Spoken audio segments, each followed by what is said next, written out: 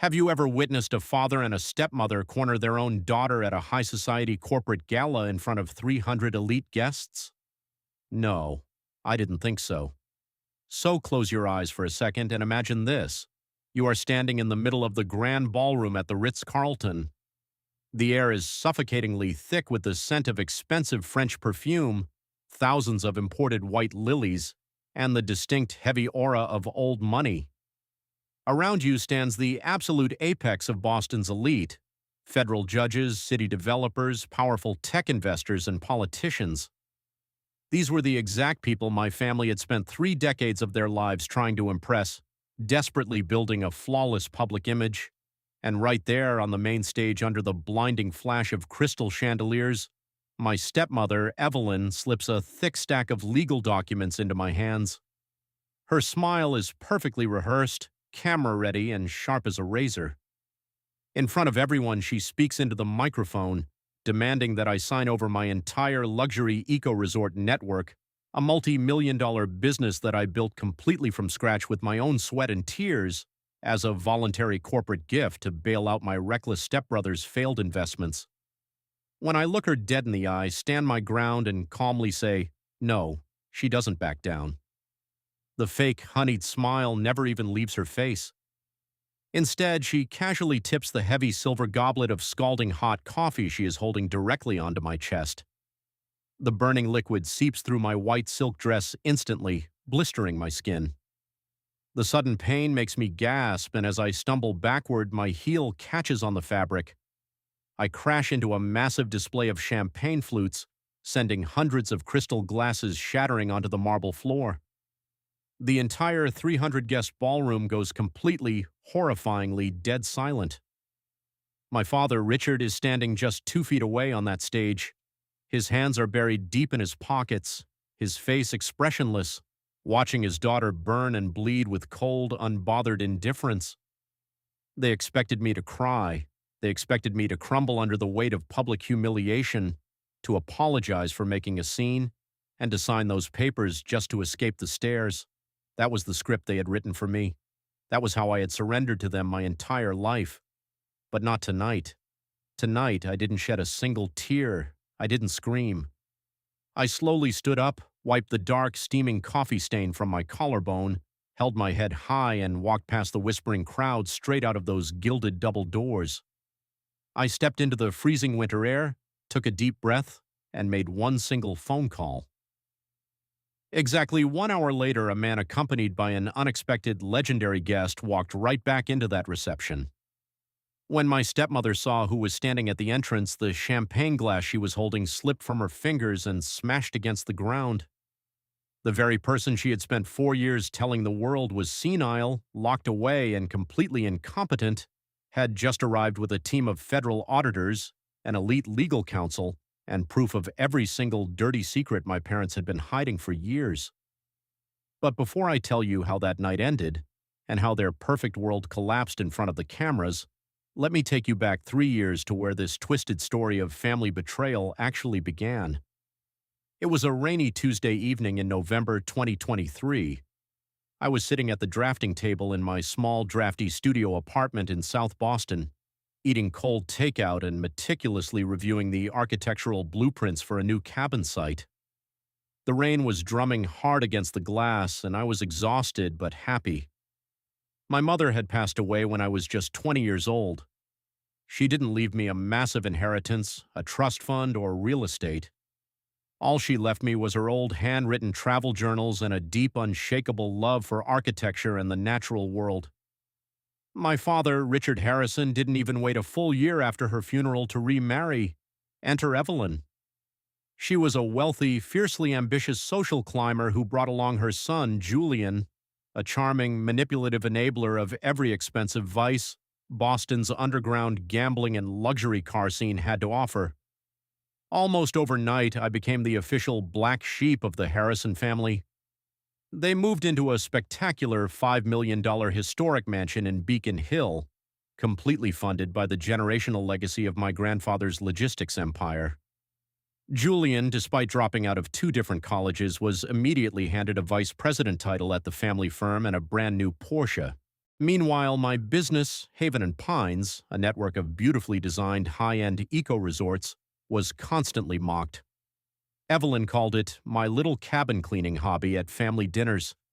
She didn't care that my hobby had grown into a highly profitable licensed corporation with 12 active locations and a massive waiting list of wealthy clients.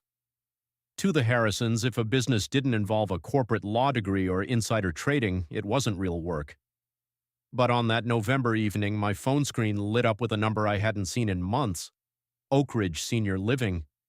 It was the luxury, high-security care facility in the suburbs where my father had placed my grandfather, Arthur Harrison, the actual founder of the family wealth.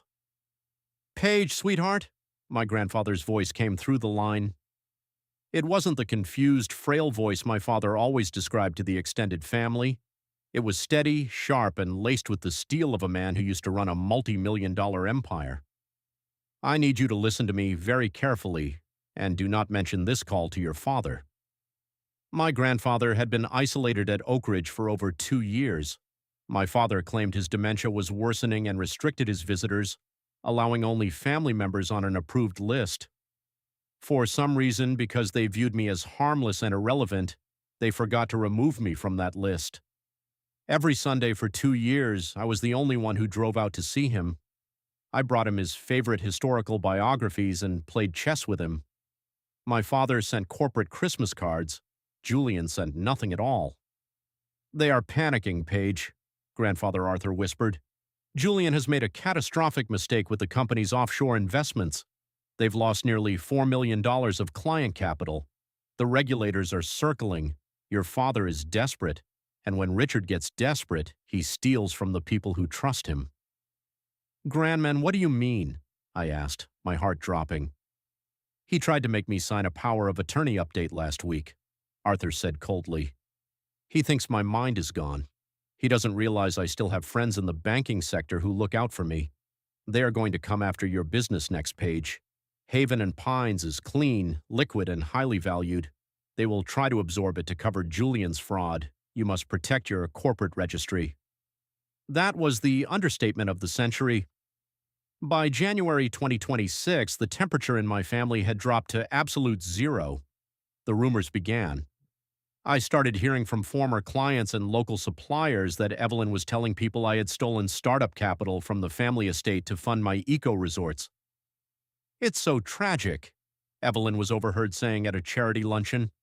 "Paige took advantage of her father's generosity, took a massive unrecorded loan, and now refuses to pay back the family firm while her brother Julian is working 80 hours a week to keep us afloat.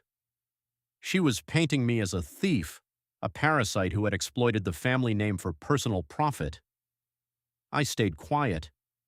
I thought if I kept my head down, delivered immaculate service to my guests, and focused on my work, the truth would speak for itself. I didn't realize that in high society, silence is often weaponized as a confession of guilt. Then came the invitation, the 30th anniversary gala of Harrison Logistics, a black tie event at the Ritz-Carlton. The night before the gala, my father called me. His voice was uncharacteristically warm, filled with a hollow performative affection I hadn't heard since I was a child. "Paige, darling," he said, "we really need to put this family friction behind us. The gala tomorrow is a milestone. It's a chance for the Harrisons to stand united in front of our biggest investors. I've set aside a special place for you at the head table. We want to celebrate your success with Haven and Pines, too." It was a trap, and deep down I knew it. But I also remembered my grandfather's warning. I called Grandfather Arthur's personal attorney, a legendary retired corporate litigator named Marcus Vance, who had been hiding in the shadows, quietly gathering data on my father's financial moves for the past year. "Go to the gala, Paige," Marcus Vance told me, his voice sharp as a razor. "Wear something beautiful. Let them think they have you cornered. If they make a move, call this secure number. I will have the transport ready." And that brings us back to the grand ballroom, the scalding coffee dripping down my ruined dress and the shattered glass at my feet. As I walked out of the ballroom into the cold, crisp winter air of Boston, my hands were shaking, but not from fear, from pure, unadulterated fury. I dialed the number Marcus Vance gave me. "It happened," I said, my voice cutting through the noise of the city. "Evelyn just tried to force a public signature and threw boiling liquid on me when I refused. Richard watched and did nothing." "We are already in the lobby downstairs," Marcus replied, "and we brought the chairman." 1 hour later, the gala was reaching its peak. My father was on the stage, smoothly lying to a room full of investors about the record-breaking quarterly growth of Harrison Logistics, while Julian stood beside him, looking smug in his tailored tuxedo. Evelyn was at the front table, sipping champagne, completely unbothered by the fact that she had just assaulted her stepdaughter an hour prior. Suddenly, the massive double doors of the grand ballroom swung open. The chatter in the room died down instantly as the sound of a heavy cane echoed against the marble floor. Walking through the doors, flanked by 2 federal auditors from the Securities and Exchange Commission and flanked by Marcus Vance, was my grandfather, Arthur Harrison. He wasn't in a hospital gown, he wasn't frail. He was wearing his vintage bespoke 3-piece charcoal suit, looking every bit the fierce billionaire who built the city's shipping lanes. Evelyn's champagne glass slipped from her hand, shattering instantly on the floor. Her face drained of all color, turning a ghostly, horrific shade of white. My father stopped mid-sentence on the microphone, his jaw dropping as his voice caught in his throat. "Please, keep sitting, Richard." Grandfather Arthur's voice boomed through the ballroom, amplified by the heavy silence. He didn't need a microphone. "You've been doing a lot of talking tonight. Now it's time for the people who actually own this company to speak." Marcus Vance walked straight up to the stage, bypassing the stunned security guards, and handed a stack of federal injunctions to my father and the chief financial officer. "As of 8 p.m. tonight," Marcus Vance announced to the entire room of investors, "a forensic audit backed by the federal court has frozen all major assets of Harrison Logistics. We have submitted undeniable proof of grand larceny, document forgery, and the systematic embezzlement of $4 million from client trust funds, orchestrated by Julian Harrison and covered up by Richard Harrison." A collective gasp rippled through the 300 guests. The elite of Boston, the judges, the tycoons, the very audience my parents had spent decades cultivating, were now staring at them with horror and disgust. My father fell back against the podium, his face sweating, his hands trembling as he looked at the legal documents. "Dad, please," he stammered into the open microphone. "There's been a mistake. We did this to save the legacy. We were going to merge Paige's assets to restructure." "You don't mention my granddaughter's name," Arthur snapped, his cane slamming against the floor with a sound like a gunshot.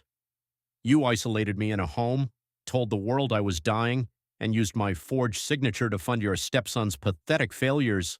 You thought Paige was weak because she is kind. You thought she would surrender her hard work to protect your fragile reputation." Grandfather Arthur turned to the crowded ballroom. "My granddaughter Paige is the sole trustee of my personal estate, and tomorrow morning Harrison Logistics will file for Chapter 11 bankruptcy. Every asset under my name is being transferred to Haven and Pines." Evelyn rushed toward the stage, her high society mask completely slipping as she began screaming at the top of her lungs, shouting insults at me, calling me a parasite, a schemer who had brainwashed an old man. She had to be physically restrained by hotel security in front of all her tennis partners and charity board members. I stood at the back of the ballroom, now wearing a clean coat over my ruined dress, watching the empire crumble. My father looked down at his hands, realizing that in his attempt to steal my success, he had completely annihilated his own. They wanted a public performance. They wanted witnesses to my surrender. Instead, they got a front row seat to their own destruction. By February 2026, the cold shoulder from my family turned into a calculated, aggressive smear campaign. I started notice to shift in how local suppliers and longtime business acquaintances in Boston looked at me. Then the phone calls started coming in from my resort managers. Paige, my head of operations at the Berkshire site, told me one morning, her voice laced with anxiety. "An investor who was going to fund our third cabin phase just pulled out. He said he heard from a reliable source that Haven and Pines is facing an internal ownership lawsuit from the Harrison estate. Is everything okay? I was completely blindsided. I immediately did some digging and found out exactly what was happening. Evelyn had been busy. At every elite charity luncheon, every country club tennis match, and every cocktail mixer in Beacon Hill, she was whispering a carefully fabricated lie into the ears of anyone who would listen. It's an absolute tragedy, Evelyn had been overheard telling a prominent city councilman's wife. We gave Paige everything. Her father even gave her a massive unrecorded seven-figure cash loan from the Harrison Logistics corporate reserves to help her start those little eco-cabins. And now that her brother Julian is working 80 hours a week to keep the family firm afloat during a tough market, Paige refuses to pay back a single dime. She's completely cutting her own father off. It's pure, ungrateful greed. She was systematically poisoning my reputation. In high society, image is currency, and Evelyn was making me bankrupt. She was painting me as a white-collar thief, a ruthless parasite who had exploited her father's generosity and was now leaving her family to suffer. I wanted to scream. I wanted to print out my bank statements, my clean audit reports, and the receipts showing that I had started Haven and Pines with a tiny personal loan against my own car and years of exhausting 90-hour work weeks. But I remembered Grandfather Arthur's voice. They want you to make a scene, Paige. They want you to look unstable. So I kept my head down, poured my anger into my work, and stayed silent. I didn't realize that in their world, silence is viewed as a confession of guilt. Then the gold-embossed envelope arrived. It was an invitation to the 30th anniversary gala of Harrison Logistics, a closed, ultra-exclusive black tie event hosted in the main ballroom of the Ritz-Carlton. The very evening the invitation arrived, my phone rang. It was my father. His voice didn't have its usual cold, dismissive edge. Instead, it was dripping with a hollow, terrifyingly warm affection that I hadn't heard since my biological mother was alive. "Paige, my darling girl," Richard said, his tone smooth and paternal. "We really need to put this silly family friction behind us. This gala tomorrow night. It's a massive milestone for the family name. It's a chance for the Harrisons to stand completely united in front of the city's biggest institutional investors. I've personally set aside a seat for you at the centerhead table, right next to me and Evelyn. We want to celebrate your success with Haven and Pines in front of everyone. Let's show Boston who we are." It was bait. The warmth was so manufactured it made my skin crawl. They didn't want to celebrate me. They needed me there. They needed the greedy daughter to publicly bow down to make the family look whole before the federal regulators looked too closely at their empty bank accounts. I thanked him, hung up the phone, and felt my hands begin to shake. I knew I couldn't handle this ambush alone. I immediately dialed the secure number my grandfather had given me for Marcus Vance, the legendary retired corporate litigator who had spent decades protecting the original Harrison empire before my father forced him out. "They bit Marcus," I said, my voice tight. "My father just invited me to the head table at the Ritz Gala. He was acting like my best friend." On the other end of the line, I heard the crisp sound of papers shifting. Marcus Vance let out a low, cold chuckle. "Perfect. They are desperate, Paige. Our financial forensic team just confirmed that Julian moved another $800,000 out of a client escrow account this morning to cover a margin call. They have no moves left. Go to the gala tomorrow. Wear something stunning. Let them think they have you completely cornered. Let them believe you are walking into their trap. I will have the transport and the document crates ready by 7 p.m. And that brings us right back to where we began, the glittering, suffocating ballroom of the Ritz-Carlton. The look of utter icy detachment on my father's face as the boiling liquid soaked through my silk dress, blistering my skin. When I stumbled back into that massive pyramid of champagne flutes, sending them crashing down around me, the silence in the room wasn't just quiet, it was absolute. Nobody moved. Nobody offered a napkin. The elite of Boston just watched the troubled, ungrateful daughter ruin her family's big night. "Oh, Paige," Evelyn whispered into her microphone, her voice a perfect theatrical mix of pity and disgust, making sure every guest heard her. "Look at you, Always creating a scene, always so erratic. Your father asks you for a simple gesture of family solidarity, and you throw a tantrum and destroy a celebration. Security, please help my stepdaughter out of the hall. She clearly needs to calm down. I looked at my father one last time. He turned his back to me, adjusting his silk bow tie in a nearby mirror. That was the moment the final piece of love or loyalty I had for him died. I didn't cry. I didn't yell. I stood up straight, ignored the stinging burn on my chest, locked my eyes forward, and walked out of those gilded double doors with absolute dignity. I went down to the freezing lobby, stepped out into the biting winter air, and called Marcus Vance. They did it.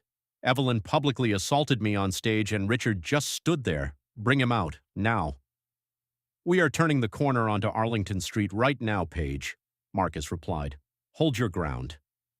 Exactly 45 minutes later, the gala inside had resumed its hollow celebration. My father was back on the stage, smoothly delivering a rehearsed speech about the unshakable foundation and brilliant future of Harrison Logistics. Julian stood right behind him, looking smug, already eyeing the wealthy heiresses in the crowd. Evelyn was back at the head table, holding court, basking in the validation of her peers. Suddenly, the massive 10-foot mahogany doors of the grand ballroom didn't just open, they were thrown back with a violent thud that echoed off the high ceilings. The music from the jazz quartet ceased instantly. The chatter died. The sound that filled the room next was the slow, heavy, deliberate thud-clack of a solid cherrywood cane striking the marble floor. Walking through the entrance, completely unassisted, was my grandfather, Arthur Harrison. He wasn't wearing a hospital gown. He didn't look frail, and there wasn't a single trace of confusion in his eyes. He was dressed in his vintage, bespoke three-piece charcoal suit, looking exactly like the formidable, terrifying billionaire who had built the city's shipping lanes from nothing. Behind him walked Marcus Vance, followed by four sharply dressed individuals carrying heavy, locked leather briefcases, federal auditors from the Securities and Exchange Commission. Evelyn's champagne glass slipped from her manicured hand, shattering instantly against the floor for the second time that night. The color drained from her face so fast she looked like a corpse. On stage, my father stopped mid-sentence, his jaw dropping so low the microphone picked up the sound of his ragged breathing. Please, keep speaking, Richard. Grandfather Arthur's voice boomed through the ballroom. It was loud, resonant, and carried the weight of absolute authority. He didn't need a microphone. You've been doing an awful lot of fiction writing on that stage tonight. Now I think it's time for the man who actually owns the bricks of this company to speak. Marcus Vance and the federal auditors marched straight up the center aisle. My father's private security guards took one look at Marcus, recognized his status, and immediately stepped back, refusing to interfere. Marcus walked right up the stage stairs and handed a thick, blue-backed federal injunction directly to my father and the trembling chief financial officer. As of exactly 8 p.m. tonight, Marcus Vance announced, his voice echoing clearly through the PA system, a federal judge has issued an emergency asset freeze on all corporate accounts of Harrison Logistics. We have submitted undeniable forensic evidence of grand larceny, massive document forgery, and the systematic embezzlement of $4 million from client trust funds, entirely orchestrated by Julian Harrison and systematically covered up by Richard Harrison. A massive collective gasp tore through the 300 guests. The elite of Boston, the very judges, investors, and developers my parents had spent 30 years trying to impress, were now staring at the stage with unbridled horror and disgust. My father collapsed backward against the podium, sweat breaking out across his forehead. He began to stammer into the open microphone, his hands shaking violently as he looked down at the federal badges. Dad, please, there's been a massive misunderstanding. The market was down. We were going to use the merger with Paige's company to restructure the capital. It was all for the family name. You do not utter my granddaughter's name in this room, Grandfather Arthur snapped, slamming his cane against the marble floor with a sound that cracked like a gunshot. You isolated me in a care facility, barred my associates, and told the world I was a rotting mind. Also, you could forge my signature on corporate resolutions to fund your stepson's pathetic failures. You thought Paige was weak because she possesses a kindness you could never comprehend. You thought she would surrender her hard work just to protect your fragile, fraudulent reputation.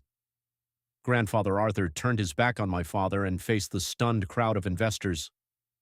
My granddaughter Paige is the sole executor and primary trustee of my entire personal estate, and as of tomorrow morning, Harrison Logistics will be filing for Chapter 11 bankruptcy. Every single asset, piece of real estate, and remaining capital under my empire is being legally transferred into Haven and Pines. Evelyn completely lost her mind. The high society mask she had worn for decades shattered into a million pieces. She rushed toward the stage, screaming at the top of her lungs, shouting unhinged insults at me, calling me a backstabbing rat, a snake who had brainwashed a dying old man for money. She became so hysterical that two burly hotel security guards had to physically restrain her, dragging her out of the ballroom in front of her own country club friends and charity board members who actively turned their faces away in shame. I stood at the very back of the room, now wearing a clean, dry coat over my ruined dress, standing right beside Marcus Vance. My father looked down from the stage at his hands, completely broken, realizing that in his desperate attempt to steal my success, he had completely and permanently annihilated his own. They wanted a public performance. They wanted a front-row audience to watch my submission. Instead, they got a front-row seat to their own destruction.